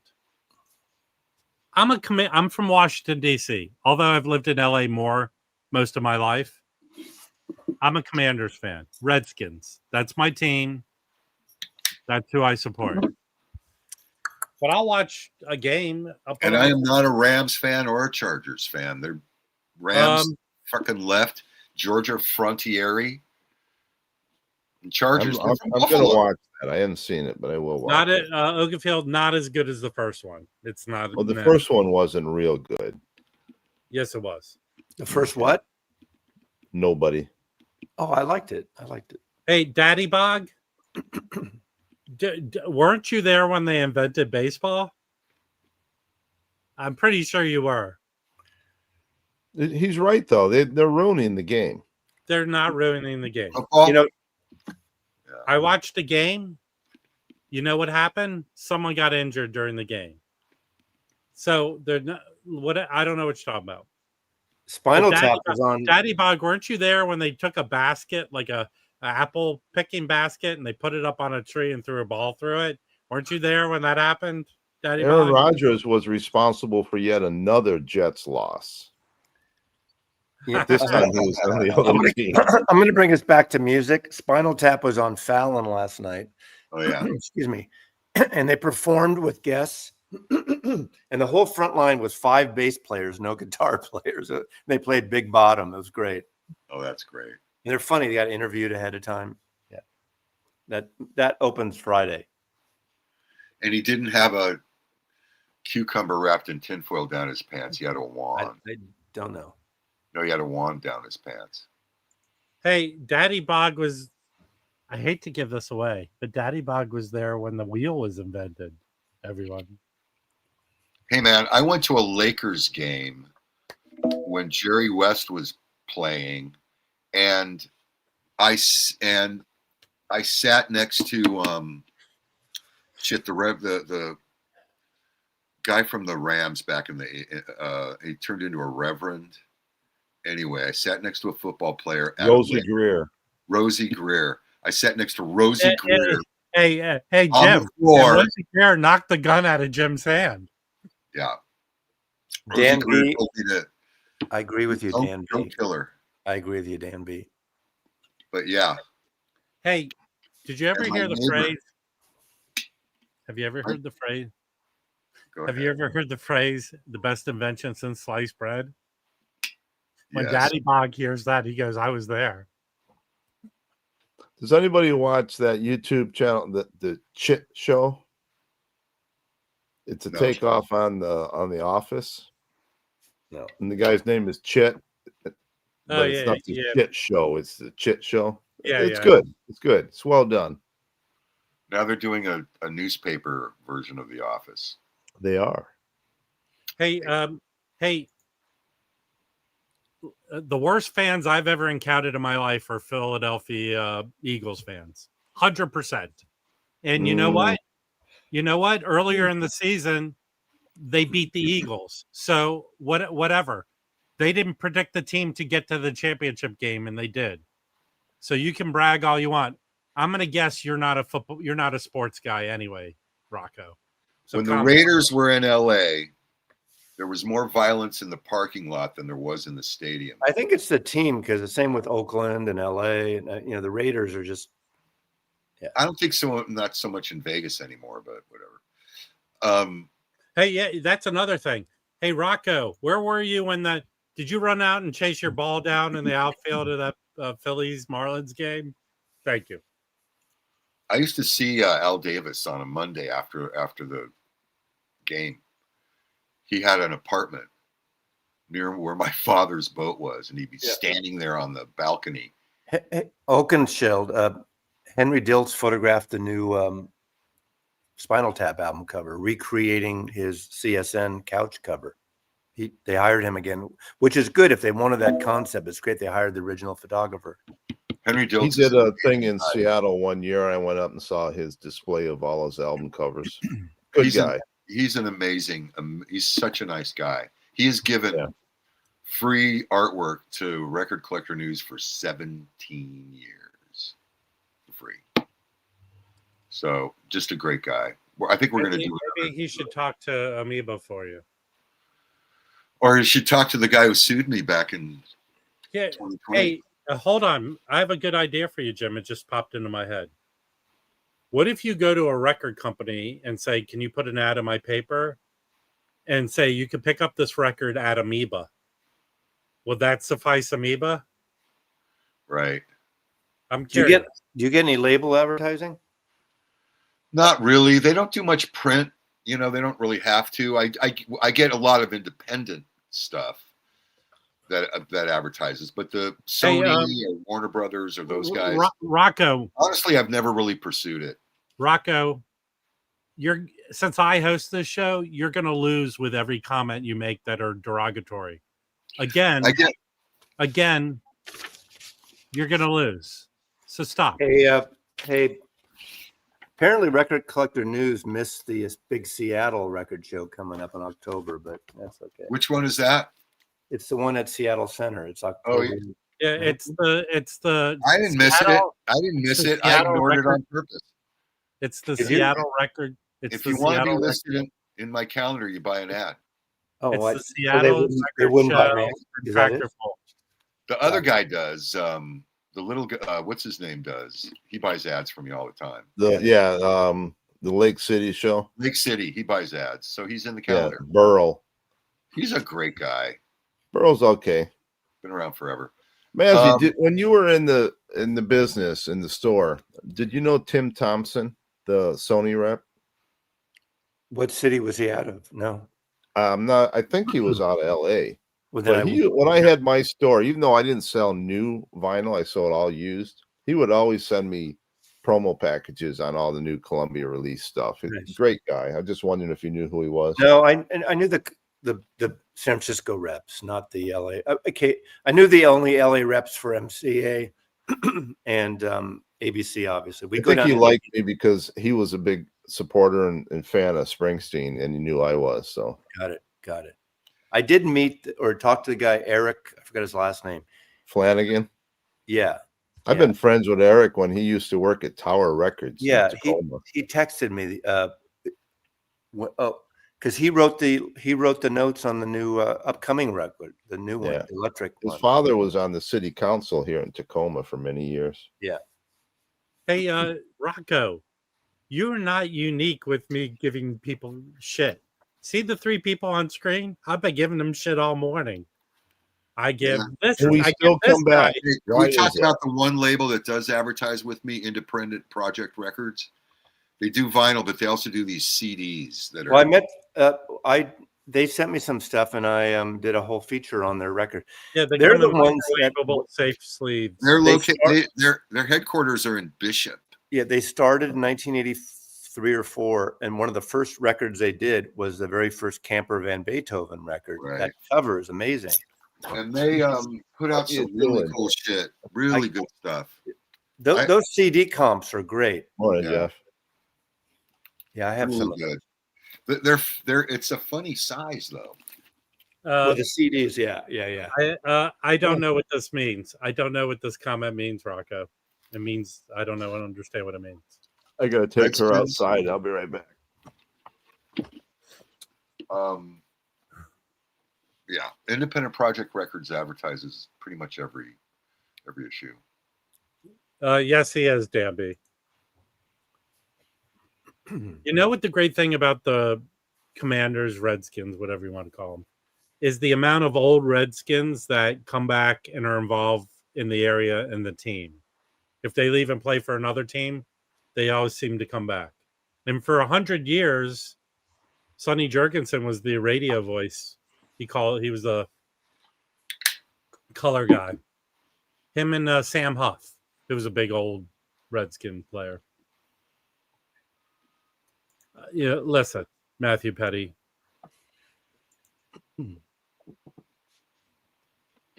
I'm worried about you, Scotty. It seems like you're sick too much.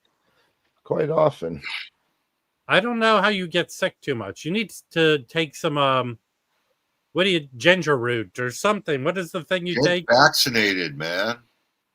But they can't. Actually, Daddy Bog went to grade school with Van Brocklin. See, Rocco, it just gave Daddy Bog shit. You know, more people are going to get sick in Florida. Kids, school children. Darwin. That's right, Chris. My favorite quote from Vince Lombardi is, "We never lose a game. We just run out of time." Great coach. Mm-hmm. Lombardi, He coached the Redskins after the Packers, right? I think so. And he got sick and died.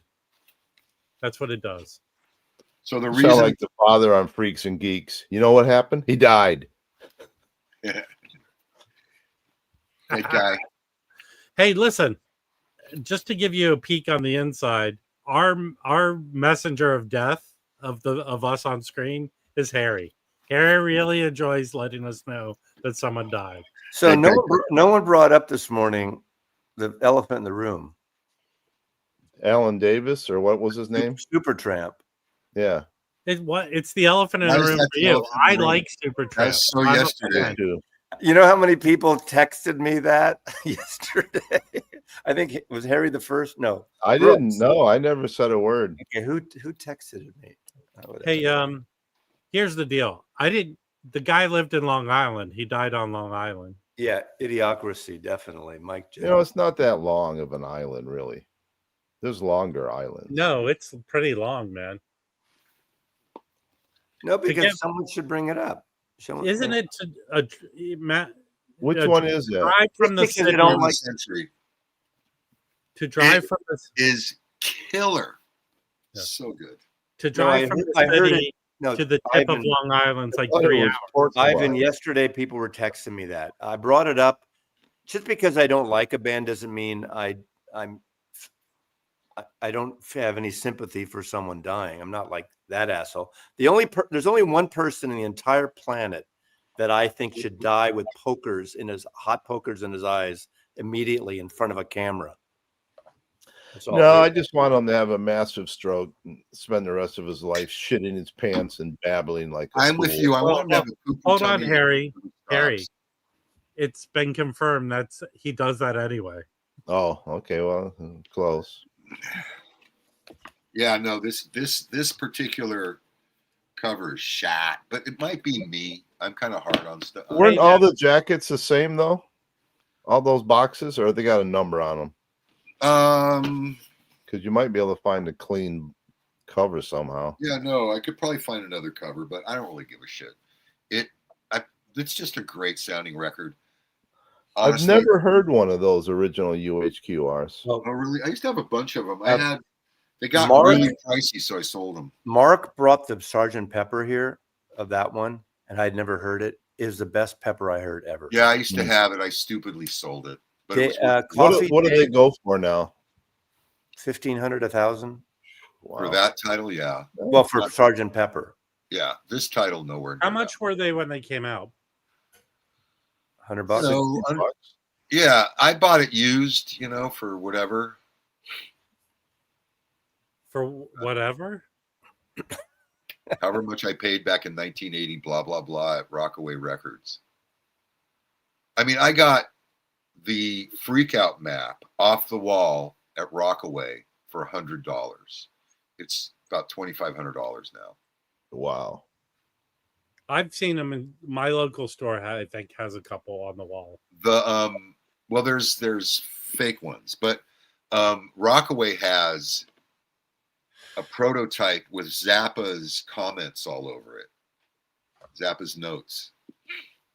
What helps being in LA, where all the record companies were too. You know, Yeah, the people that Yes, worked it in the does. business. A lot of people kept that shit and just stuck in their closet. I mean, yeah. A lot of when I sold promos. I had an office space, a loft space that I sold in '99, something like that. Rockaway Yeah. bought Zappa's managers collection. You know. Wow. Well, there you go. Well, Yeah. I'm not bragging, Mazzy, but I can find a parking spot in LA. I can drive. That's good. No, I just It know ain't bragging if it's true. the thing is, I find places in most cities I go to because it's how you look at space. You look ahead. You No. don't just you No, kind I of figure said out. parking lot Jesus. I have parking karma. I do. No, It it's doesn't Jesus. always work, but it happens. It's the Lord. Turn your will and Thank your you, life over. Jesus. Rocco, they go for more than that. Every one of those originals I've seen are like over $1,000. Of what? Of what? The original HQR. UHQR. UHQRs. That's before Chad used the name. Right. Ultra high quality recording. Yeah.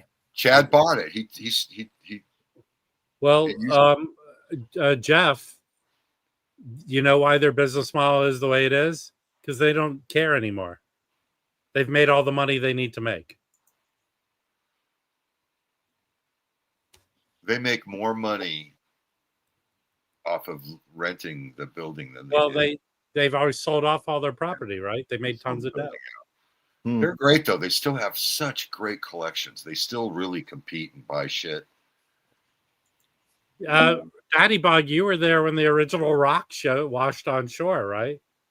So Daddy Bog, Rockaway Records just bought a giant 20,000 collection from Rockaway, New York, and brought it all the way back here to LA. And the lady they bought it from was thrilled that the name of the company was Rockaway Records. Danny Allen, everyone can remember the first album they purchased except Daddy Bog. First album he purchased was a Wax Cylinder. Yes. I think he got the first copy of 23 Skidoo. The Bugs, the Fabulous Bugs by my mother. You're that one. You know what Daddy Bog remembers very well? When what's the blackface guy? Yes, what's the guy who sang Al Jolson? Daddy Bog remembers when Al Jolson went. Actually, he remembers when Al Jolson went. Boop, boop, boop. Is this thing on? He remembers when that happened with Al Jolson. Hey, Daddy Bog, is it true? Watson, come here. I need you. When you went to a concert, it's when the guys used to use those megaphone. Thank you. And you're not even as old as me yet. I feel it. My first record was absolutely free. How'd you get it for free? My next door neighbor. Stole it? My upstairs neighbor worked for Frank Zappa as a secretary for a week. He gave her the copy of the record. They did not own a record player. We did.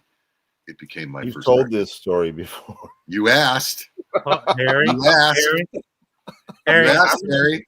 Harry, my merch store. That's your job, Rob. Harry, my merch store is about to open with a T-shirt that says, "You've told that story before, Jim."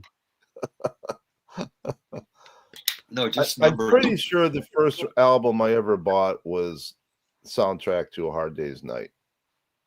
Actually, the first record I ever bought was the soundtrack to Animal House. The first CD I ever bought, I bought it when the first Sony player came out for like $1,200, I think. Yikes! But I bought the first CD was the soundtrack to Footloose because that's all that Tower had. Everything else was classical. Hey, hold on one second, Bobby. Here's the difference.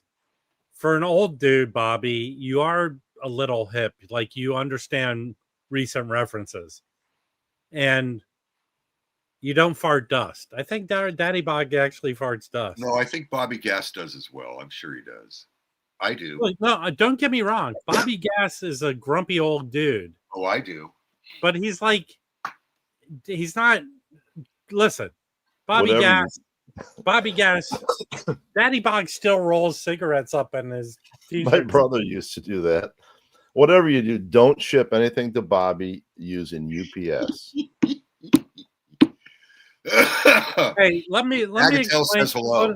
Bobby, here's the best way to explain something to Daddy Bog. Beep beep beep beep beep beep beep beep beep beep beep. Dash dash dash. Okay, who did the song go? Who did that song? Western Union. Western Union. No, It's Western Union by I forgot. Five Americans. Five Americans, right? And it was on what label? Lori? No. I think it was on Abnac.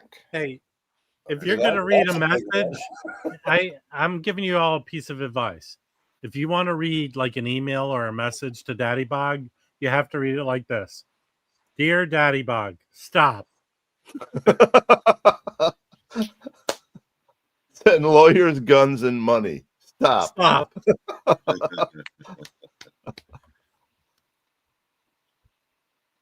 See, Rocco, I'm bashing Daddy Bog the whole show. He's taking it like a champ. You could be 500 years old, Bobby Gass, and you're still like not a stick in the mud like how old's Daddy?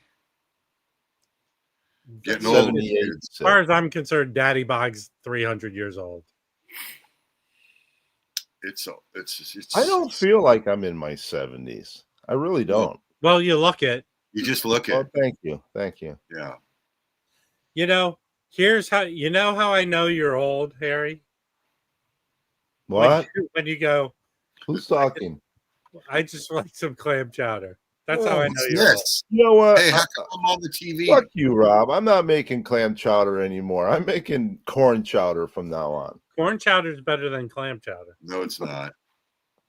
Have you had good corn chowder? I prefer Manhattan, though. I'm not big on it.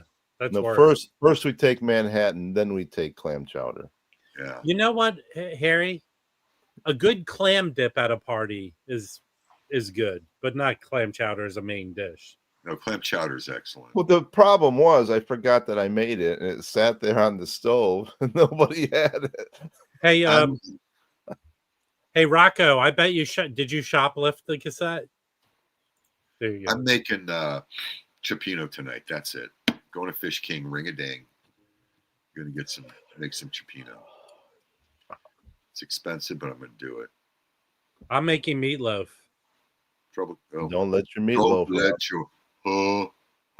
Now, do you make it all beef, or do you mix it with pork and beef? Sometimes I started buying if you go to Aldi, they have the organic meat, and it's a good price. So I'm going to make 100% organic beef meatloaf. But typically I use ground turkey when I make chili or spaghetti sauce. I use Every ground now and then we'll make it and put an Italian sausage in the center.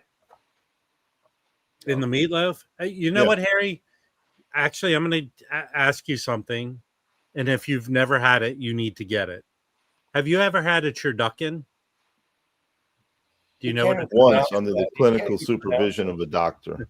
So my brother was a good cook. My oldest brother passed away, but he one Thanksgiving made a turducken. It's from Louisiana, and it's a turkey with a duck inside of it, and then a chicken inside of it, and they sew it back up, and they put all that Cajun stuffing and stuff in it. And it's pretty awesome. I prefer mine be cage free. And it's boneless. They take the bones out of each.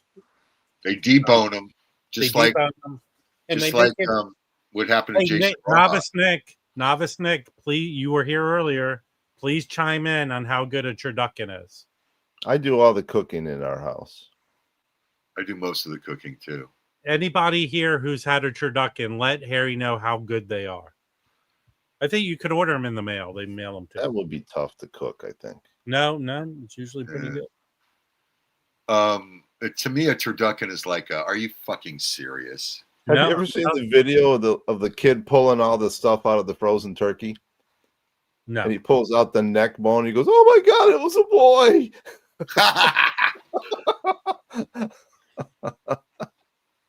That's funny.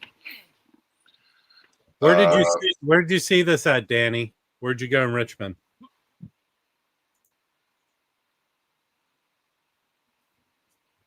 Okay, trivia time. What's BB stand for? Shit, I used to know that. Baseball. No, I mean BB King. I don't know. Tell us. Stands for Blues Boy. Blues Boy. I did not know Hey, that. I don't know what this is, but if they're like nice clad pans, all clad. But what's the standard of cooking pans? They're all clad. Isn't it a knockoff of all clad? No, it's I supposed bought to be a no-stick pan on Amazon a month or so ago, and you can't cook an egg in it. It sticks. You got to spray something in it to get it to not stick. That it's not a non-stick pan. Well, but you want me to teach you? Here's what you do, Harry. You put the pan on the stove, let it heat up as hot as it can get. Then you put oil in there, let it heat up. That's what I do that a couple times. It's supposed to make it non-sticky. Oh yeah. Okay. I've got a couple of carbon, whatever they are, steel pans that are seasoned to where the shit really doesn't stick. But we don't use that stuff. So Hexclad is safe. How do they get Teflon to stick to the pan? Yeah, they glue it with poison. It's not greasy plastic Soundwave. It's good. It also has Cajun sausage in it too. Duck is greasy. Sorry, not in the turducken. It's good, man. You know, my duck Gladys that we have in the yard here. We actually went to a Chinese restaurant, ordered Peking duck, and when they delivered it, fucking ran out of there with it as fast as we could. Hey, Jim, I saw a new place that is a big duck place here in LA. Would you like to go, or you don't like duck? Where they serve duck? I mean, no, they serve duck as the entree. They don't serve ducks like. It's good as long as it's not too greasy. As long as it's not too greasy. Look at this. So the other day was Marty's anniversary. Marty in Oregon, and he made dinner for his wife. Look at he made this at home, but he used to be fair. He used to own a sushi restaurant. Yeah. But look at that. Yeah, it looked good. Wow. Maybe you should have him over and have him make sushi for you. Good idea. That's a great idea. Now I can go over to Fish King and get that for $120.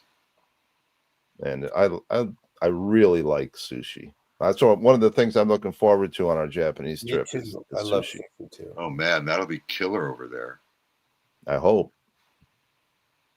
If you love, hey Daddy Bug, this is a song for you, for Harry. If you like sushi, like Harry likes sushi. Ivan, I use an air fryer all the time. That's the best thing that ever happened. Okay, so there's this chain of frozen meat stores called Wild Fork. There's all over LA. And I went in there and bought the double thick pork chops. And I seared them in a pan and then put them in the air fryer to finish. Came out awesome. I cut them in half because they're too thick. Tom, let's meet it. Let's go have lunch at Fish King, Tom. Seriously. Let's go. Hey, Tom, what are you doing tomorrow? Tom Rashawn, what are you doing tomorrow? Do you want to meet us at Fish King for lunch? Ring a ding, Fish King. Yes, they do. If you say no, you're refusing. You say, well, let's have lunch. Fish, you just want his shipping boxes. No, I don't. I don't want any of boxes from Tom. I just want him to come. I'm just bored with the conversation. I get a Tottorito when I go there. They make this sushi burrito called I get the Honolulu Tottorito. Hey, what, Kimbo? It's not 1928. We have refrigeration. Do you eat anything with with cloven hoofs? Yes, Absolutely. Okay. Now bacon doesn't have cloven hoofs, obviously. So I ate a lot of bacon. I ate a lot of ham steak. Ham sandwiches, bacon. Give me all hot dogs. Give me the pork, man. I make red beans and rice. It's the stupidest religious rules. I use something called tasso, which is smoked pork shoulder when I make red beans and rice. When you can get a nice thick pork chop that's very steaky like, for like $5 a pound, come on. I think bacon is the best thing ever made. The price of beef right now is unbelievable. Right, but the price of pork is not. Yeah, and chicken. I mean, a lot of chicken, a lot of pork lately. You know, actually, I went yesterday to the store, and eggs, I was surprised how they went way up here. Yeah. Which I thought that was the whole point of well, he did fix it. He fixed all the prices. Shut up, Mazzy. Prices are down. Prices are down. The reason Mazzy's so shocked about the price of eggs, where we all been suffering from it for over a year, is Mazzy lays his own eggs. So he doesn't need to go buy them. All wars Matthew, let's not be talking about Miss U, okay? Pork butt was her nickname in high school. Hey, what is mutton? Is mutton pig or beef? I think lamb or something. It's lamb. It's lamb. It's supposed to be like the jaw area, right? That's my dad. Yeah, are you my daddy? Hey, some guy's fucking a sheep in a field out there. Oh, hey, Daddy Bog, what was the process when you were bringing 2 of every animal on the ark? How'd that go? Thank you. Did you see the what was it? The guy just made the movie out of it, and he said he snuck 3 pugs on. Snuck 3 pugs onto the ark. Hopefully God doesn't find out. No. So how many of each animal did Moses put on the ark? He put 3 pugs. Moses didn't do it. It was Noah. That's right. Thank you. Who the fuck? Young Frankenstein. Who's the director? Mel Brooks. Mel Brooks. Mel Brooks did a little short on the ark, and never mind. He snuck 3 pugs on the ark, and then they wound up eating Noah's wife instead of any of the animals. You're really digging in for this horrible joke. You're digging in. It's a movie. I loved it. A self-impression of his wife, which he ate. No. And donated to the National Trust. His wife was bitching at him, so next thing you know, she was delicious. We do have to order from a screen now. The fact that people believe that the ark was real and that happened blows my mind. 2 of every fucking animal. Right. Okay. What about plants? Hold on. Daddy Bog, I'll agree with you. You're so old, you went over like a odometer and you started back at the first age. First of all, men were walking with dinosaurs, so shut the fuck up, Harry. We walked with dinosaurs. Yes. Earth is 6,000 years old. Science. It's a myth. What is Landers? My favorite thing about religion is Portugal. What is it? 1610. Portugal, All Saints Day. Yeah. What about it? Everyone at that time, Portugal was the most Catholic of all the countries. Yeah. And so they all went to church for All Saints Day in the morning. And God, in his all-knowingness and mercy, created an earthquake that killed 200,000. Everybody that was in church, 200,000 people were killed. That was a lot of people to be killed back then. And anyone that didn't get wiped out in the earthquake got wiped out in the tsunami. Okay, and hold on. It was good. It worked out. All right. Okay. You told your story. Hold on. Here? I have a new feature here on this stream. I'm going to fact check Jim. He just told a story. So right now, hold on. I'm going to fact check you right now. Hey, Daddy Bog, is everything that Jim said true? Because you were there. Yeah. Daddy Bog survived. What Jewish deli in LA? Langer's? Langer's. Eddie's coming here in October. Eddie, if you come here, Oh, we're gonna feed Eddie. Yeah, let's go to Langer's because the number 19 at Langer's is You one need of the to best. bring Eddie. Although you know what, Rob, I want to go to Farmer's Daughter. It's the daughter of Langer, I know, right? but I hear her sandwich is better than his. Then let's go tomorrow. Let's go tomorrow. No, I want to go to. We're going to go to Fish King tomorrow. Well, hold on, Tom. Will you join Jim and I at Fish King? We didn't go to Langer's. PB Thal, did we? I don't think you went to Langer's. No. Jim doesn't like going down there. What's that shit ass place we went to? Brent's is good. What are you talking about? Pinocchio. That was a mistake. Oh, that was awesome. That was killer. Rob took me to a Denny's. Yeah. No, it was Polly's Pies, which is it's a Denny's.